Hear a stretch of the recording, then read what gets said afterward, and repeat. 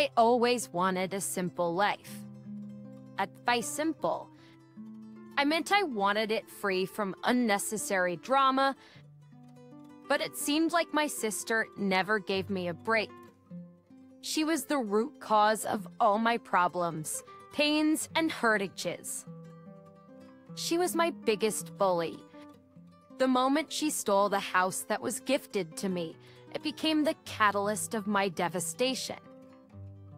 But everything fell into place by the time I discovered the truth. I am Anna. Come and follow me as I unveil the story of my life, all the unfortunate circumstances, and the breakthrough I achieved. It has always been clear to me that I was just a second priority to my parents, but I got used to that. I didn't have problems sharing attention and affection with my sister. However, things were different for her. If from the moment I came into this world, my sister Pia had started harboring resentment. She hated that I was born because she was already enjoying her life as an only child for 7 years. The 7-year age gap seemed like an insurmountable divide in her world, and she felt like I had come to steal everything from her. This narrative lived in her mind all her life. Since I was young, she had shown indifference and hatred towards me. She refused to care for me, treat me well, or even introduce me as her sister. I was nothing but a mere competitor. And with that, she became my tormentor, embarking on a lifelong campaign to belittle me and make me feel like an outsider in our family. As a child, I didn't look up to her.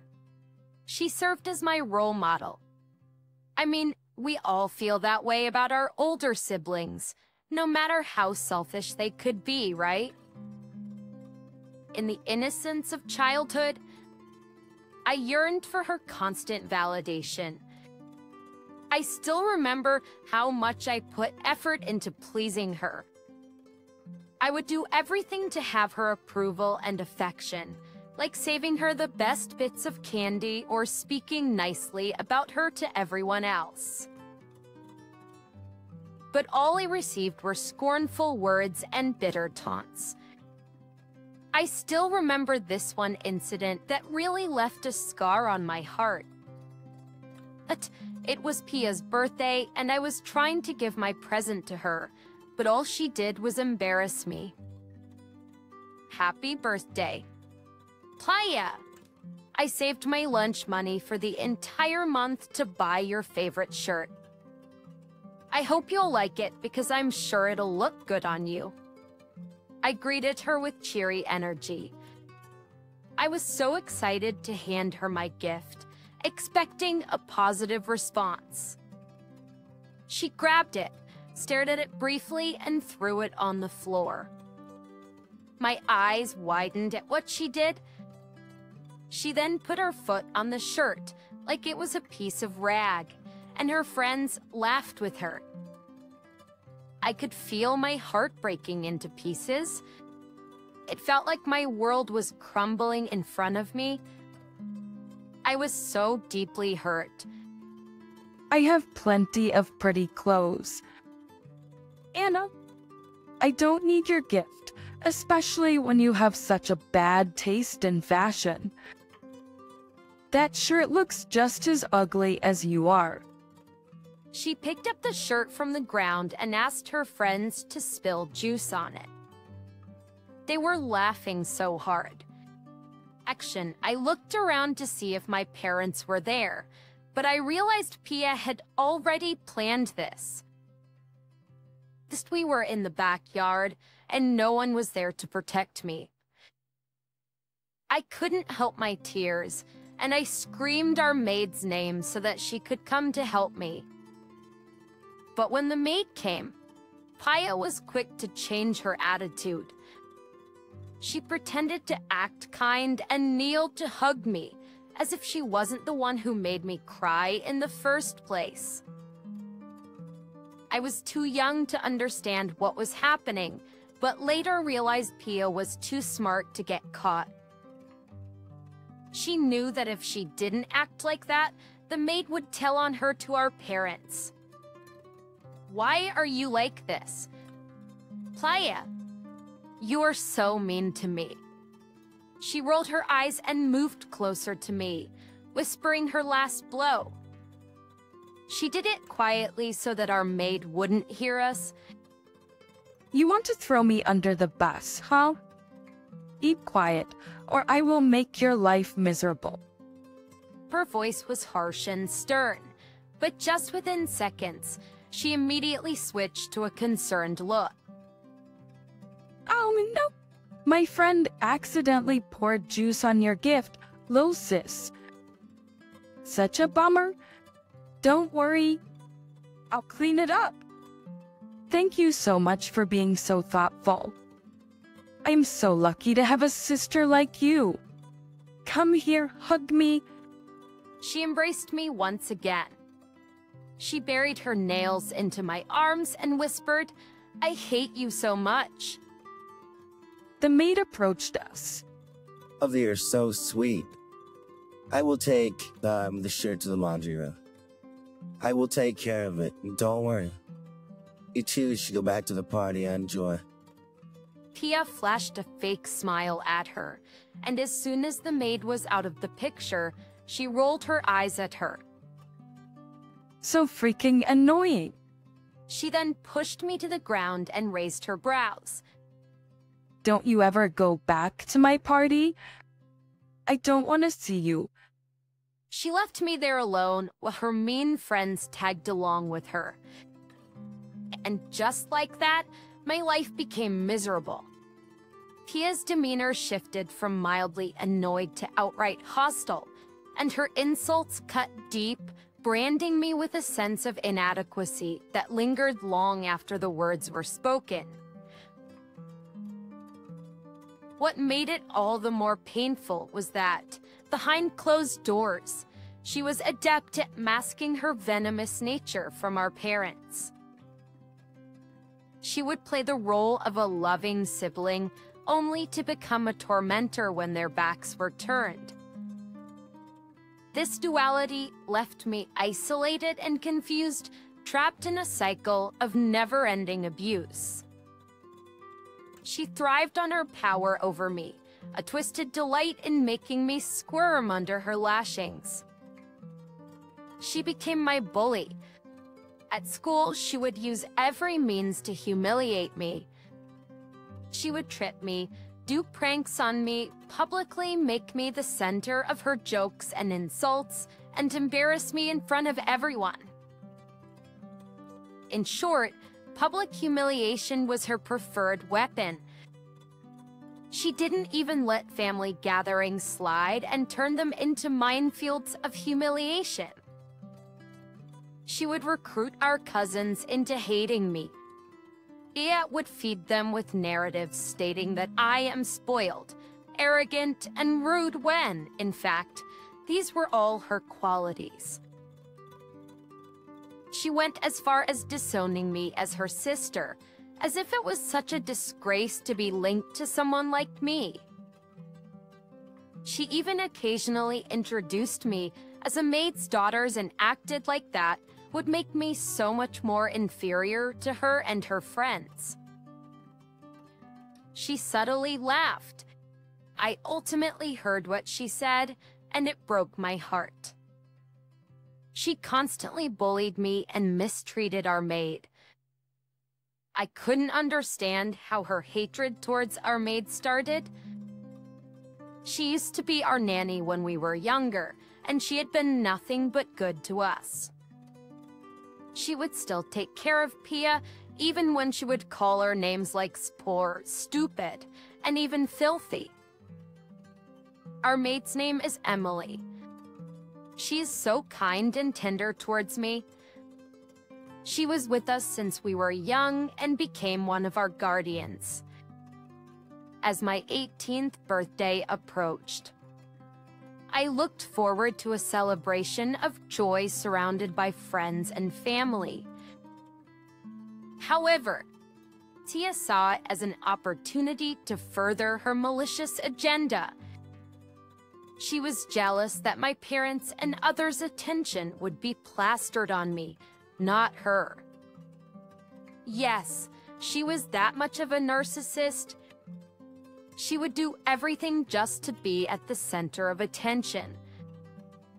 And with that, she did everything necessary to delay and disrupt the celebration.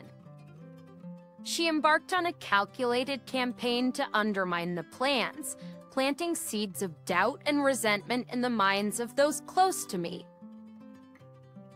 Through cunning manipulation, she convinced friends and acquaintances, effectively isolating me on what should have been a day of celebration. Yet, despite her efforts, the grand party took place. My parents did everything to make my special day extraordinary. But as I basked in the joy of the moment, I caught sight of Pia's seething anger, her facade of control slipping for an instant. It was a rare victory, a glimpse of triumph against the persistent storm she brought into my life. But I knew to myself that she wouldn't let it slide. I knew how cunning she was. She would do everything to make me suffer. But the respite was brief. The night was carried on with fun and joy. And as the celebration was coming to an end, our father gave me a surprise. I never knew my father's gift for me would soon become the focal point of Pia's insidious plotting. It was a house, a symbol of his love and belief in my future. After my birthday, I embarked on the next chapter of my life, college. At Priya, I was studying abroad and told my parents I would settle into my home after I finished college and return to the country. I gave them the key and documents of my house for safekeeping. I was reassured they would care for my home while I was gone. A few years passed peacefully, and when I was away, Tia and I rarely talked. I made new friends who felt more like sisters to me than Pia had ever been, and I truly realized the depth of her problematic behaviors. Distance does wonders for us sometimes, you know? And so after finishing college, I returned with aspirations of settling into my newfound home.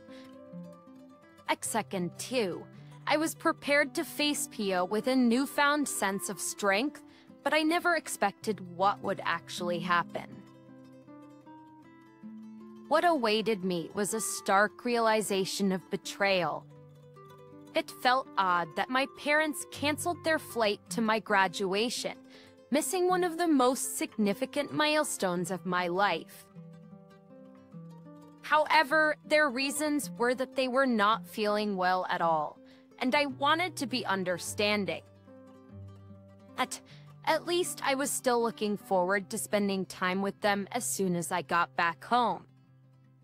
At the moment I got to my parents' house, silent treatment was the only thing that welcomed me. Little did I know that my sister was again doing the devil's work.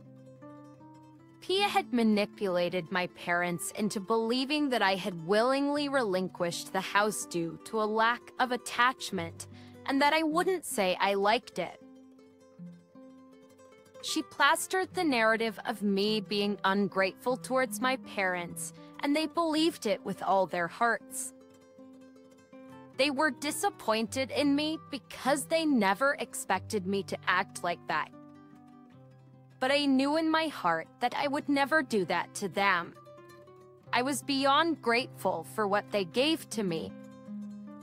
And then I discovered that it was a ruse to cover up my sister's deceitful acquisition.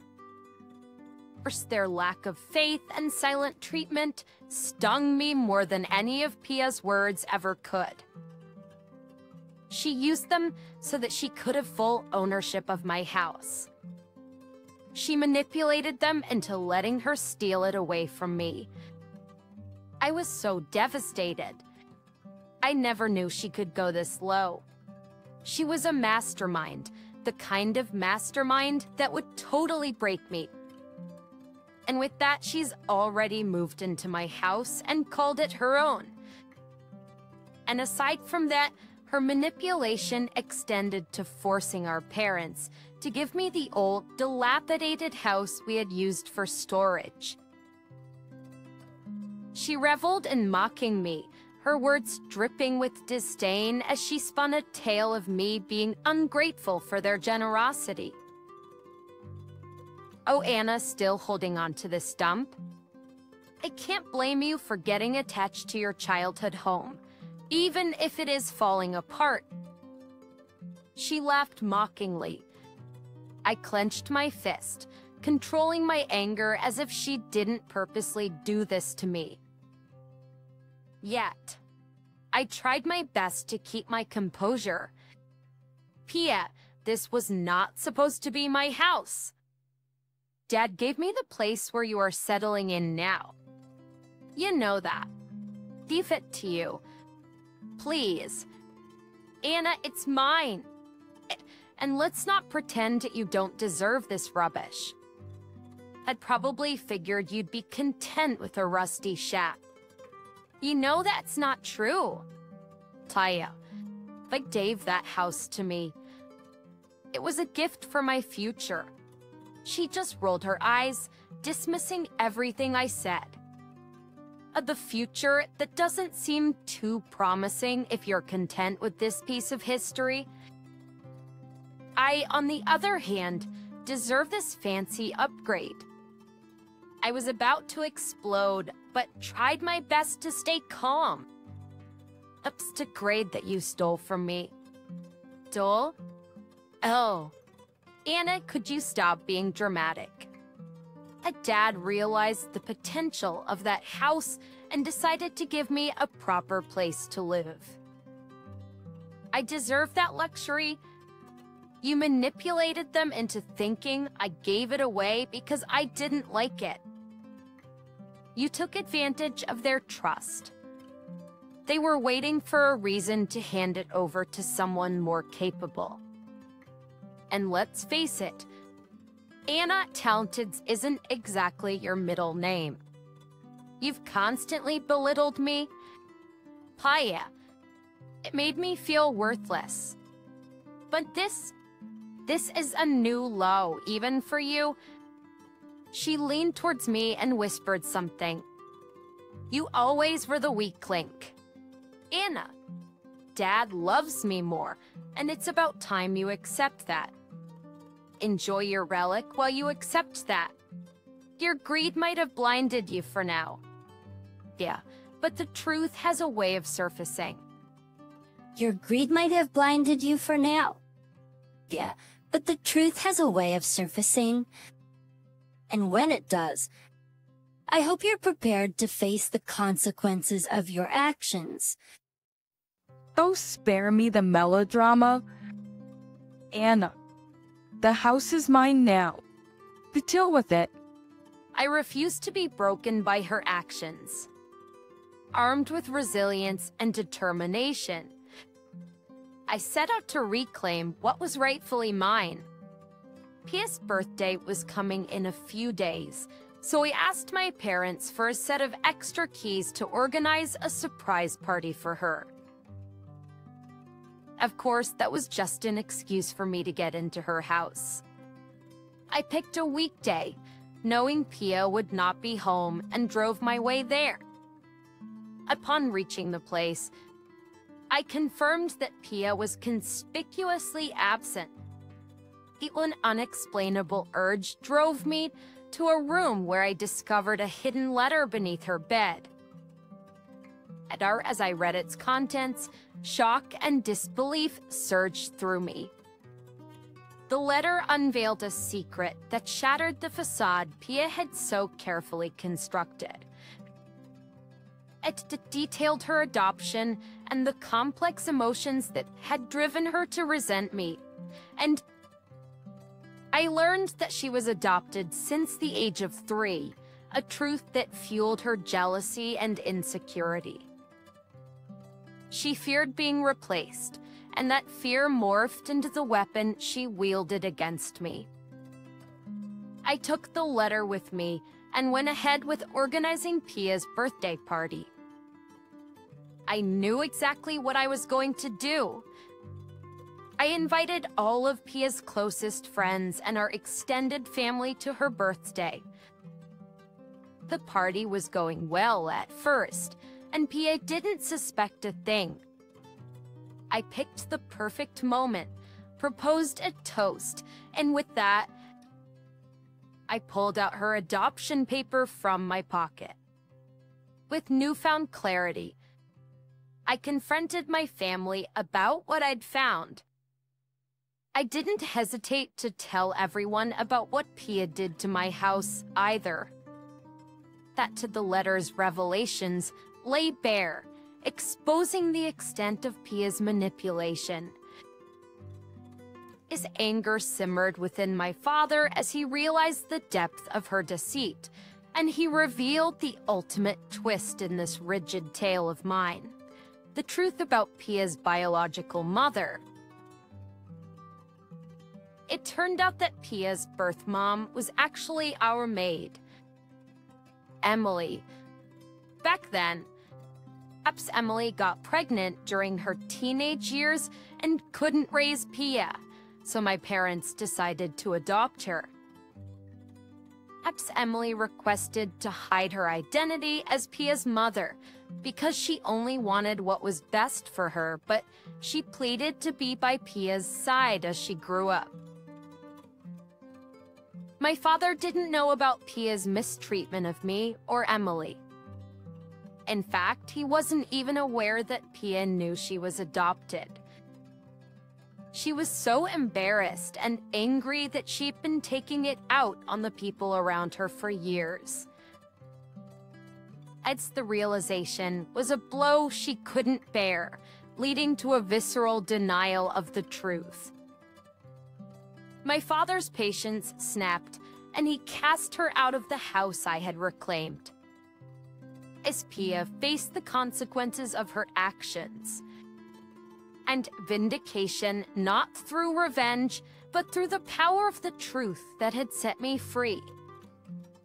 That the one who had used deceit and cruelty to manipulate the lives of others was now left to grapple with her lies. The aftermath was a mix of emotions that swirled through our family like a cyclone. Pia's expulsion marked a turning point, as a reckoning for the years of manipulation and cruelty she had wrought upon us all. My parents were left grappling with a complex tapestry of emotions, shock, betrayal, and a gnawing sense of regret for not having seen through her facade earlier. For me, it was a bittersweet victory. My newfound ownership of the house was both triumphant and sad, as the place that had been a battleground for the truth was now a sanctuary for my dreams, tinged with the bitter memories of the past. The house stood as a symbol of my father's love and a testament to my resilience in adversity. In the days that followed, the dynamics within our family shifted. My parents underwent a process of introspection, questioning how they had unwittingly enabled Pia's behavior. Just as our relationships began to mend, slowly knitting together the frayed edges that years of manipulation had torn apart. Forgiveness wasn't immediate, but the seeds of understanding had been sown. As for Pia, her expulsion marked a harsh awakening. She was cut off from the comfortable world she had meticulously crafted, she was forced to confront the ramifications of her actions. She struggled to make ends meet, and I remained distant from her for pretty much the rest of my life. My parents are still in touch with her, of course, but I have better people to care about now.